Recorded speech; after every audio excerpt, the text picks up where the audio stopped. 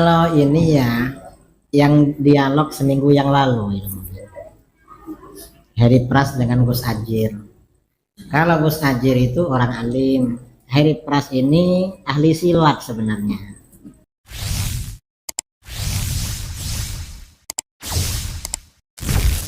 Bismillahirrahmanirrahim. Assalamualaikum warahmatullahi wabarakatuh. Alhamdulillah bertemu lagi di channel saya. Baik teman-teman, di sini ada pendapat dari Kiai Haji Idrus Romli yang menanggapi tentang debat Heri Pras bersama Ustadz Salafi beserta Gus Adjir dan Ustadz Faris Baswedan. Menurut Kiai Haji Idrus Romli, Gus Adjir nampaknya kurang persiapan teman-teman. Jadi di dalam debat tersebut Gus Adjir nampak kewalahan ataupun kalah dalil atau begitulah, intinya skornya lumayan telak teman-teman. Nah di sini Kiai Haji Idrus Romli menanggapi kalau debat itu begini, debat itu begitu gitu kan. Baik teman-teman, untuk itu tidak usah berlama-lama, kita simak videonya. Kalau ini ya, yang dialog seminggu yang lalu itu, Heri Pras dengan Gus Adjir. Kalau Gus Adjir itu orang alim, Heri Pras ini ahli silat sebenarnya. Iya, pesilat. Tukang silat. Lalu dulu bikin konten-konten silat, karena gak laku, akhirnya konten agama dan ikut Salafi. Salafi itu artinya orang-orang produk salah fikir. Oh, salah pikir. Salafi itu salah atau pikir. Wahabi, orang-orang produk wawasan hanya bid'ah. Masya Allah. Ya namanya orang awam ya gak bisa diikuti. Dalil itu bukan hanya tekstual, tetapi juga kontekstual. Ada Al-Quran, hadis, ijma', qiyas. Sebagian besar persoalan hukum dalilnya qiyas. Itu Wahabi itu gak belajar itu. Mana ada, cuma Gus Adjir itu kurang apa namanya, kurang persiapan.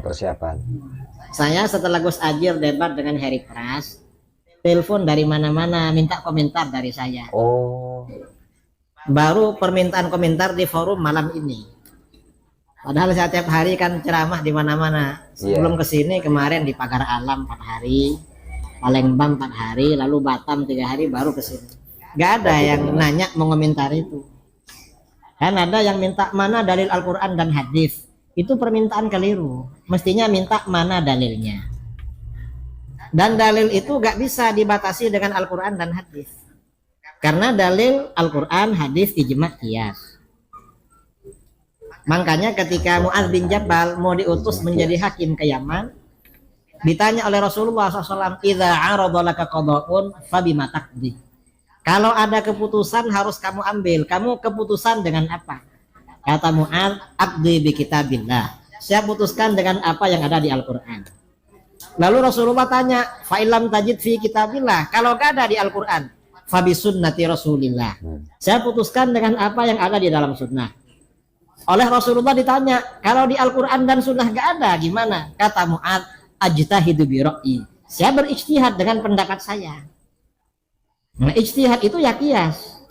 Ini ya kalau Wahabi harus Al-Quran dan hadis aja, ini bahaya ini. Berarti ini meralat terhadap aturan yang dibuat oleh syara, oleh baginda Rasulullah SAW. Karenanya hati-hati dengan itu.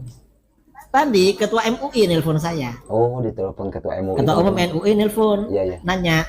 Gimana? Minta saya mengomentari itu. Saya komentar. Terus setelah itu, Kiai, saya bukan minta komentar lah. Apa? Lah orang-orang tuh ajari cara menghadapi itu katanya. Cara menghadapi Salafi Wahabi. Oh, jadi Gus Adjir harus dikasih ilmu dulu teman-teman. Jadi itu apa namanya? Gak bisa amalan persis Rasulullah, gak bisa. Wong para sahabat itu gak persis. Itu para sahabat. Dan ada juga ini teman-teman, ada salah satu ustadz yang bernama Ustadz Ubaidillah kalau nggak salah, yang mengomentari Gus Adjir. Nah, baik kita simak teman-teman.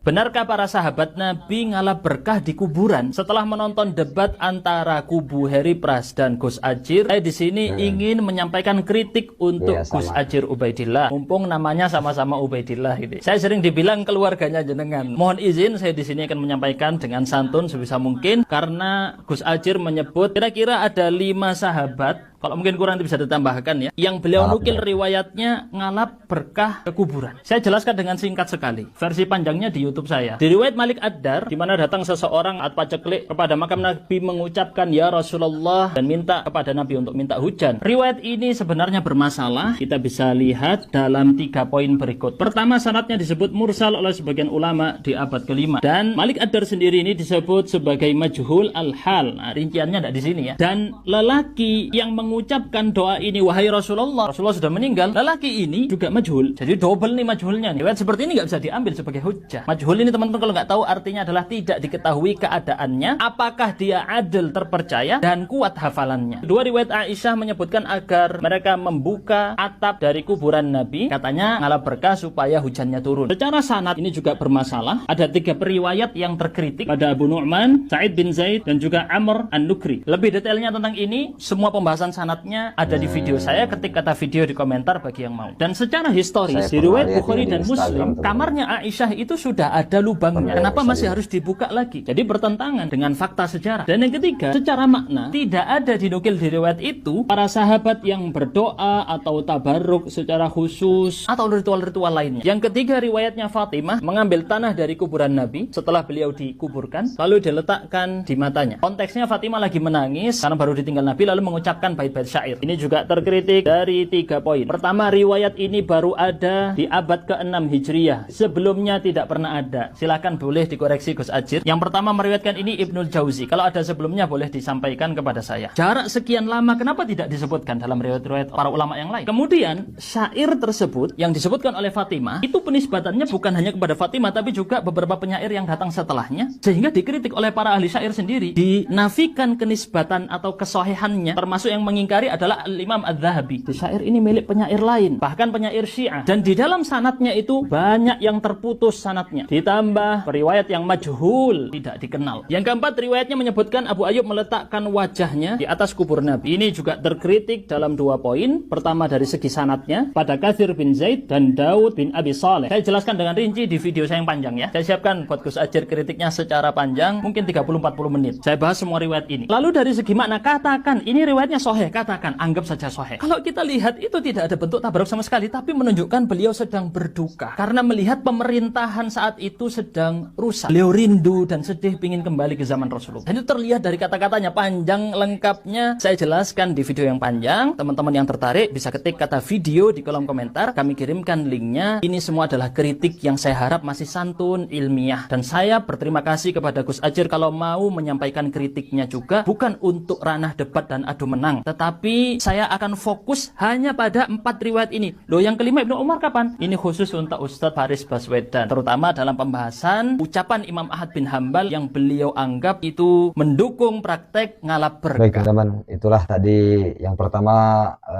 pendapat Kiai Haji Idrus Romli mengenai debat Heri Pras beserta Gus Ajir dan Ustadz Faris Baswedan. Jadi kata Kiai Haji Idrus Romli itu, Gus Ajir itu kurang persiapan ya teman-teman. Yang mana harusnya beliau, Gus Ajir menang telak harusnya. Cuma ya sebetulnya teman-teman kalau masalah debat agama itu bukan masalah menang atau kalah. Jadi kita nyari jalan tengah. Yang jelas setelah debat itu nggak ada permusuhan, nggak ada perdebatan lagi, dan kita cukup saling menghargai jika ada perbedaan teman-teman. Dan ada juga tadi Ustadz Ubaidillah ya teman-teman, mengkritik Gus Ajir terkait apa tadi ya, kurang begitu ngerti kan, saya orang awam ya teman-teman. Jadi dipikir-pikir malah merambat kemana-mana ya. Jadi setelah Heri Pras dan Ustadz Salafi 2 tuh debat dengan Gus Ajir dan Ustadz Faris Baswedan, jadi melebar kemana-mana teman-teman. Jadi banyak orang yang apa ya, seolah ingin berpendapat, seolah ingin meluruskan. Ada juga guru gembul kalau nggak salah pengen ngundang Gus Ajir gitu kan, cuma Gus Ajir menolak ya.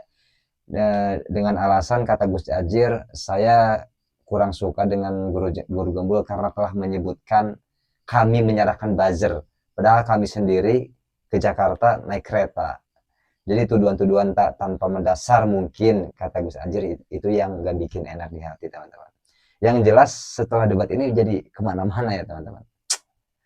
Baiknya kita sebagai netizen, sebagai orang awam, apalagi saya gitu kan, baiknya kita ya cukup menyimak, yang ambil baik, yang buruk janganlah teman-teman. Karena sejatinya perbedaan itu sudah dari ratusan tahun yang lalu udah bukan hal ini lagi gitu kan. Begitulah. Baik teman-teman, untuk itu terima kasih telah menonton. Wassalamualaikum warahmatullahi wabarakatuh.